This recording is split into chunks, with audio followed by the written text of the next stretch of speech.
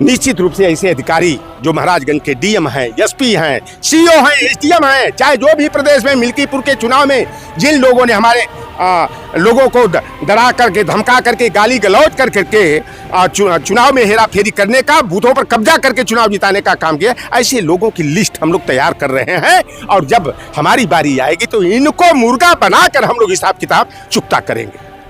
और धर्मात्मा निषाद के साथ यह हादसा हुआ है। आज धर्मात्मा निषाद का परिवार से मैं मिला हूँ। उसकी 6 महीने की बच्ची है, उसकी नवविवाहिता पत्नी है, और वह परिवार जो है कि इतना जो है कि शोकाकुल है। लेकिन योगी आदित्यनाथ की सरकार और प्रशासन जो है पूरी तरह से जो है कि अपराधियों को बचाने में लगा है। और साहिल भाई, जिस तरह हत्या करना गुनाह होता है, हत्या करने के लिए अगर कोई मजबूर करता है, प्रताड़ित करता है और उसकी प्रताड़ना से कोई आत्महत्या कर लेता है तो वह भी हत्या का दोषी माना जाता है। उसने जो सुसाइड नोट में लिखा है, संजय निषाद पर भी, उनके परिवार पर भी मुकदमा कायम होना चाहिए। और जो महाराजगंज का डीएम और एसपी इस तरह की दबंगई की भाषा का प्रयोग कर रहे हैं, मंत्री है, नहीं एफआईआर दर्ज करेंगे। अरे भाई, अब इसमें कहां से आ रहे हैं? मैं माननीय अखिलेश यादव जी के निर्देशानुसार महाराजगंज विधानसभा के पनियरा विधानसभा अंतर्गत नरकटहा गांव में धर्मात्मा निषाद, जो निषाद पार्टी का प्रदेश सचिव था, विगत दिनों जो संजय निषाद की प्रताड़ना से, उसके परिवार की प्रताड़ना से क्या करने के लिए मजबूर हुआ, तो माननीय अखिलेश यादव जी ने कहा था कि पीड़ित परिवार से जाकर के मिलो, वहाँ की रिपोर्ट आकर के दो। उसी उद्देश्य से मैं धर्मात्मा निषाद के परिवार से मिलने के लिए गया था। आप ये कैसे कह सकते हैं कि संजय निषाद के प्रताड़ना से उनकी मौत हुई है? देखिए, संजय निषाद की प्रताड़ना से वह लड़का सुसाइड किया है फेसबुक आईडी पर। उसने वीडियो भी आत्महत्या से पहले जारी किया और 4 लोगों का नाम इंगित किया था। डॉक्टर संजय निषाद, उनके बेटा पूर्व सांसद संत कबीरनगर प्रवीण निषाद, और चौरी चौरा के विधायक इंजीनियर श्रवण निषाद का, और जयप्रकाश निषाद का। उसने खुद मरने से पहले लिखा, और व्यक्ति मरने से पहले जो कुछ भी कहता है या लिखता है वह सच लिखता है, गलत नहीं लिखता है। और वह लड़का, जब मैं पिछली बार आया था अमटौरा में, जब शिवधनी निषाद की मौत हुई थी, उस लड़के को जब मालूम हुआ कि मैं आया हूँ, मुझे काका काका पूरे प्रदेश के बच्चे कहते हैं, उसी में धर्मात्मा निषाद हो चाहे राजा निषाद हो, ये लोग भी चाचा ही कहते हैं। उस लड़के ने हमसे इस वेदना को अभिव्यक्त किया था कि मैं काका बड़ा परेशान हूँ, और संजय निषाद तो पूरा हम लोगों का करियर बर्बाद करने में लगा है, तबाह करने में लगा है, मेरा मन करता क्या कर लूं। हमने कहा आत्महत्या जो है कायरता का निर्णय होता है। तुम्हें अब अपने लिए नहीं जीना है, तुम्हें जीना है। तुम्हारी छोटी बच्ची है, तुम्हारी पत्नी है, तुम्हारे माँ है, भाई है, माने परिवार के लिए जीना है। अभी तो समाज के लिए संजय निषाद को फर्श से उठाकर अर्श पर पहुंचाने के लिए आप लोगों ने जो है कि पूरे प्रदेश में निषाद पार्टी का संगठन और कैडर जो है तैयार करने का काम किए। और अगर इस तरह का निर्णय लोगे तो यह बहुत ही गलत निर्णय होगा।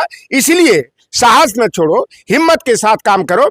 और उद्देश्य है कि मेदावल से हमें चुनाव लड़ना है, तुम तैयारी कर रहे हो। तो हर व्यक्ति अगर समाज में काम करता है, राजनीति में काम करता है, तो उसका कुछ न कुछ लक्ष्य होता है। अगर वहाँ संजय निषाद को नागवार लगता है तो तुम हम लोगों के साथ जुड़ना। हम लोग जो है कि प्रयास करेंगे कि तुम्हारे राजनीतिक करियर को आगे बढ़ाने में मदद करेंगे। लेकिन अंततोगत्वा संजय निषाद उसके परिवार से इतना प्रताड़ित हुआ, इतना होनहार लड़का था, बड़ा मजबूत इरादे का था, जो हमेशा जो है निषाद समाज हो, चाहे गरीब हो, पीड़ित हो, उनके न्याय की लड़ाई लड़ता था, धरना प्रदर्शन के माध्यम से, चाहे घेराव के माध्यम से।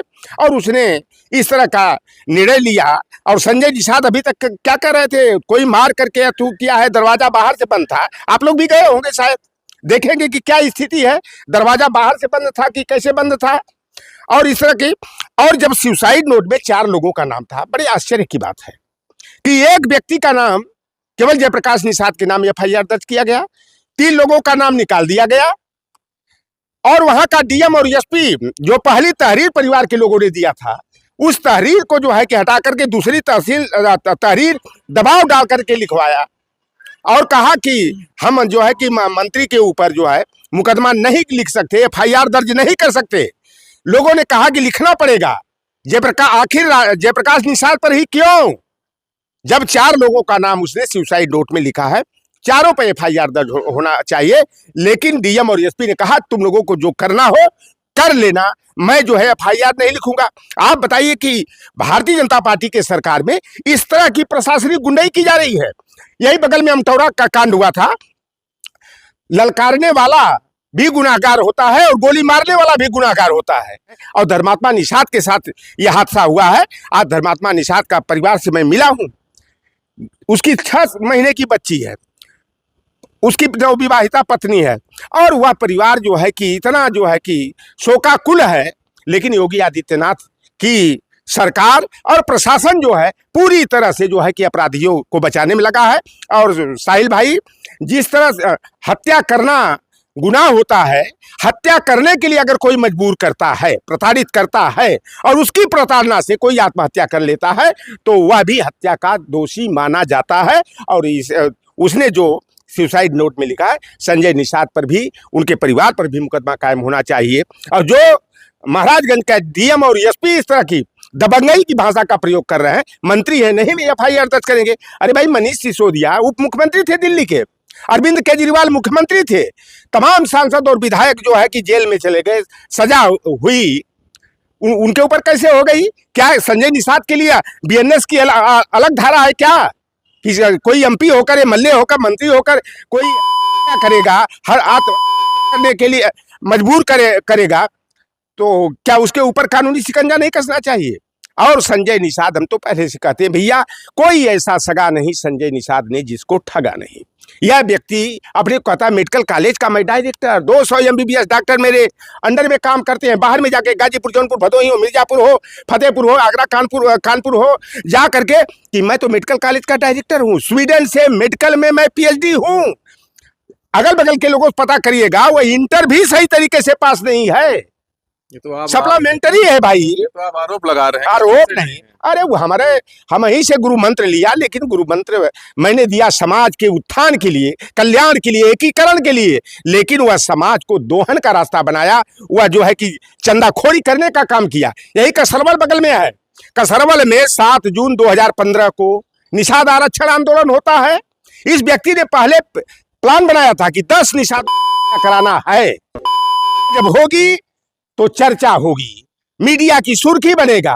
सौभाग्य की बात है कि पुलिस समय पर आ गई। एक लड़का जो इटावा का रहने वाला था, अखिलेश निषाद, संजय निषाद के आदमी, क्या कर दिया संजय निषाद ने खुद जो है कि डिस्ट्रिक्ट मजिस्ट्रेट गोरखपुर के यहाँ लिखित में बयान दिया कि मैं तो जा रहा था पीजीआई में इलाज कराने के लिए, वहां निषाद आरक्षण आंदोलन चल रहा था और पुलिस की गोली से अखिलेश निषाद नहीं मरा है, किसी आंदोलनकारी की गोली से मरा है।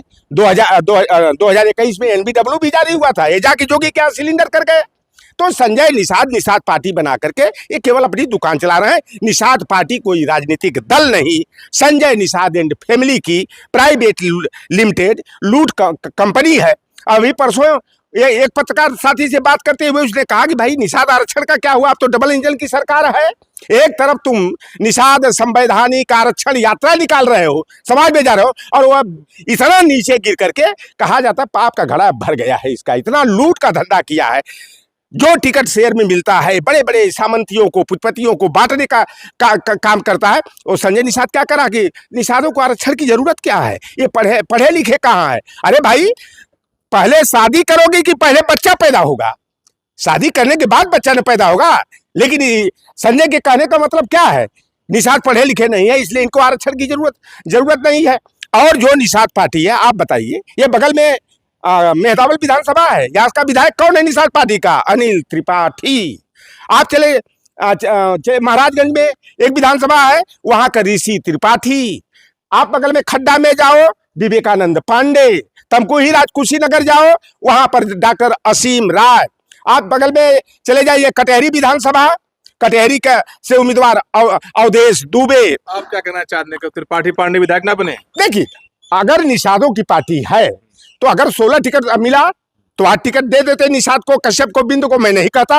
लेकिन केवल निषादों की यह लड़का बताया हमसे 6 जून को जब यही आया था, केडी भाई के यहाँ रात्रि विश्राम में किया था, उस लड़के ने कहा कि मैं कहा कि मेदावल से मैं चुनाव लड़ना चाहता हूं डॉक्टर साहब। उस व्यक्ति ने हड़काते हुए और गाली गलौज की भाषा में कहा, तुम्हारी औकात है विधानसभा का चुनाव लड़ने की? पार्टी फंड में 6 करोड़ जमा कर पाओगे? यानी 6 करोड़ 5 करोड़ तो निषादों की पार्टी की बात क्यों करते हो? या इस समय पहले ये तीतर और बहेलिया की कहानी सुनाता था, आज संजय निषाद उसमें तो बहेलिया बना, लेकिन आज भारतीय जनता पार्टी का तीतर बनकर के जो है समाज को नीचा दिखाने का काम कर रहा है। और पहले कहता था भाई और निषादों का राजपाट लाना है, निषाद राज लाना है, कलम का अधिकार हमको दो, कलम का अधिकार दे दिया गया। आप जानते हैं क्या कर रहा है? जिस तरह हमारे नेताजी जब 1994 में प्रदेश के मुख्यमंत्री थे, 20 जनवरी 1994 को फूलन देवी के सारे मुकदमे वापस लेके रिहा करने का काम किए। और हमारे निषाद मल्ला केवट बिन धीवर कहार गुड़िया तुरहा बाथम माझी रायकवार जो जातियां हैं फिशरमैन कम्युनिटी की, उनको 10 बरस के लिए मत्स्य पालन के लिए तालाबों का, पोखरों का, झीलों का, तालाबों का, मीनाशयों का पट्टा देने का शासनादेश किए। और 3 बरस के लिए बालू मोरंग खनन का पूरा अधिकार 100% निषाद समाज और इनकी मजहबी सहकारी समितियों को दिए। संजय निषाद की भाजपा सरकार के साझीदार आज पूरा बालू मोरंग खनन मत्स्य पालन का धंधा जो है सार्वजनिक करके सामंतियों माफियाओं को कब्जे में दे दिया गया। आप बताओ, ये रामगढ़ का ताल है, जाके पता करो किसका है। निषादों का कब्जा था ना, वहां पे एक ब्राह्मण को दे दिया गया, वो वहां का कब्जा दे दिएगा। गंगा नदी को मां का दर्जा दिया जाता है, अंतरराष्ट्रीय नदी गंगा जी है। और 1992 में कल्याण सिंह गंगा नदी को नीलाम करने का प्रयास किए थे। 2008 में मायावती लौटन राम निषाद राष्ट्रीय निषाद संघ के माध्यम से धरना प्रदर्शन आंदोलन करके, रेल रोको आंदोलन करके हमने जो है शासनादेश को वापस कराने का काम किया। अब ये संजय निषाद जो अपने को कहता है political godfather of fisherman community, अरे भैया तुम कैसे गॉडफादर हो? यह खिताब तुमको किसने दिया? महामना किसने तुमको बनाया? महामना का मतलब क्या होता है? अरे वो जाने भैया, महामना वो उसी से पूछना चाहिए, स्वघोषित महामना है इस तरह का। इसीलिए गोरखपुर वाले कहते थे निषाद जी इससे सतर्क रहिएगा, कोई ऐसा सगा नहीं संजय निषाद ने जिसको ठगा नहीं। तो क्या आप डॉक्टर संजय निषाद के गुरु हैं? अरे ऐसे चेला का गुरु बनना भाई, कभी भोलेपन में गलती हो जाती है। मैं नहीं जाना कि इतना सातिर यह है। धर्मात्मा निषाद एक युवाओं में एक बढ़ते हुए नेता थे, काफी लोगों के पसंद थे। अचानक उनकी मौत हो जाने के बाद क्या माहौल हुआ? देखिए, धर्मात्मा निषाद एक हमारे समाज का होनहार लड़का था और निषाद पार्टी के संगठन को फैलाने में बहुत ही मजबूती से यह काम कर रहा था। लेकिन संजय निषाद को जो है ना, पढ़े लिखे लोग, तार्किक लोग पसंद नहीं है। उसे एकदम गूंगे बहरे टाइप लोग चाहिए। महामना जिंदाबाद, निषाद पार्टी जिंदाबाद, महामना की जय हो, ऐसे लोग पसंद है। और उसने गलती किया। धर्मात्मा निषाद ने कहा कि महामना जी, ये लोकसभा चुनाव के से पहले भी तनातनी चल रही थी, इसीलिए वो धर्मात्मा निषाद बागी लिखता था। आप देखे होंगे पर तो वह इनसे विरोध में था। जब बेटा चुनाव लड़ने लगा तो किसी तरह लालच वोलच दे करके लाया, कहा और हमसे बताया उसने, भाई गाड़ी भी उसकी सीज करा दिया, स्कॉर्पियो गाड़ी, और गाड़ी वोड़ी का व्यवस्था करके चलो तुमको आगे बढ़ाएंगे। और जब मेहदावल से टिकट की बात किया तो कहा 6 करोड़ कहाँ पार्टी फंड में जमा कर पाओगे, दे पाओगे? उसने पहले कहा था कि महामना जी 16 टिकट मिला है तो कम से कम 8-10 टिकट पर निषाद समाज के लोगों को लड़ाना चाहिए। ये तो पूरे ठाकुर ब्राह्मण भूमिहारों को आप चुनाव लड़ा रहे हैं। आप लिस्ट देख लीजिए, मैंने तो इसे बताया। आप बासडी में जाओ, केतकी सिंह को लड़ा दिया, ठकुराइन को। आप जाओगे अतरौलिया में प्रशांत सिंह ठाकुर को लड़ा दिया, शाहगंज विधानसभा में रमेश सिंह को लड़ा दिया, प्रभात सिंह राहुल को जो है हरिया विधानसभा से लड़ाया। फूलन देवी जहां काल्पी की रहने वाली थी, जिन ठाकुरों ने फूलन देवी के साथ अत्याचार किया, दुराचार किया, उसी परिवार के छोटे सिंह को काल्पी से टिकट दे दिया पैसे के। सुल्तानपुर सदर से राम बाबू उपाध्याय को बना दिया। ज्ञानपुर से जो है विपुल दुबे को भी विधायक बना दिया। यही भैया चलेगा, सौदाबाजी चलेगी। निषादों की भीड़, निषादों का चंदा, अमाल खाएगा संजय निषाद का परिंदा। ये जो आरोप लगा डॉक्टर संजय निषाद पर, उन्होंने कहा कि ये आरोप बेबुनियाद है और वो धर्मात्मा निषाद ऐसा नहीं कर सकते हैं, किसी और ने वो पोस्ट लिखा होगा, उनको छवि धूमिल किया रही है। देखिए, संजय निषाद जो है ना, सत्ता की हनक दिखा रहे हैं ना, यह जांच का विषय है। और इस सरकार में भैया न्याय की बात, अगर ओबीसी SC ST माइनॉरिटी का व्यक्ति है, अगर न्याय की गुहार लगाता है तो लाठी डंडा मिलता है, क्रॉस केस कर दिया जाता है। आप देख लो, आए दिन हमारे लोग, पीडीए के लोग मारे जा रहे हैं, हत्या की जा रही है, बलात्कार किया जा रहा है। आखिरी सवाल आपसे, जो आरोप लगे हैं डॉक्टर संजय निषाद पर, आप उनसे क्या कहना चाहेंगे? संजय निषाद आज सरकार में आप हैं, योगी आदित्यनाथ आपको बचाने का प्रयास कर रहे हैं, जैसे अखिलेश निषाद में आप वादी थे, लेकिन आपको योगी आदित्यनाथ की सरकार ने बचाया। आप अपना जमीन बेचकर योगी आदित्यनाथ के पास चले गए। हम लोगों से योगी आदित्यनाथ से दूर दूर तक के न्याय की अपेक्षा नहीं है, लेकिन भैया देर है अंधेर नहीं, सत्ता परिवर्तन होगा। यही संजय निषाद, योगी आदित्यनाथ का वीडियो देखिएगा, संसद के गलियारे में नेताजी के सामने कैसे गिड़गिड़ा रहे थे, हमारी जान को खतरा है, मेरी हत्या करा दी जाएगी, आवाज नहीं निकल रही थी। तो ये भैया सत्ता का मामला है, और जब सत्ता परिवर्तन होगा, पीडीए की ताकत से 2027 में सरकार बनेगी। जो हमारे पीडीए के लोग पीड़ित हैं, अन्याय के शिकार हैं शासन प्रशासन के, निश्चित रूप से ऐसे अधिकारी जो महाराजगंज के डीएम हैं, एसपी हैं, सीओ हैं, एसडीएम हैं, चाहे जो भी प्रदेश में मिल्कीपुर के चुनाव में जिन लोगों ने हमारे लोगों को डरा करके, धमका करके, गाली गलौज कर करके चुनाव में हेरा फेरी करने का, बूथों पर कब्जा करके चुनाव जिताने का काम किया, ऐसे लोगों की लिस्ट हम लोग तैयार कर रहे हैं। और जब हमारी बारी आएगी तो इनको मुर्गा बनाकर हम लोग हिसाब किताब चुकता करेंगे। तो ये थे समाजवादी पार्टी के फायर ब्रांड नेता लौटन राम निषाद, महाराजगंज से आ रहे हैं। धर्मात्मा निषाद के परिवार से मिलकर आपका साफ तौर पर कहना कि इस पूरे मामले की निष्पक्ष जांच होनी चाहिए और जो भी इसमें आरोपी हैं उनके खिलाफ कार्रवाई होनी चाहिए। साहिल खान, गोरखपुर, साहिल की डायरी। जय हिंद, जय भारत।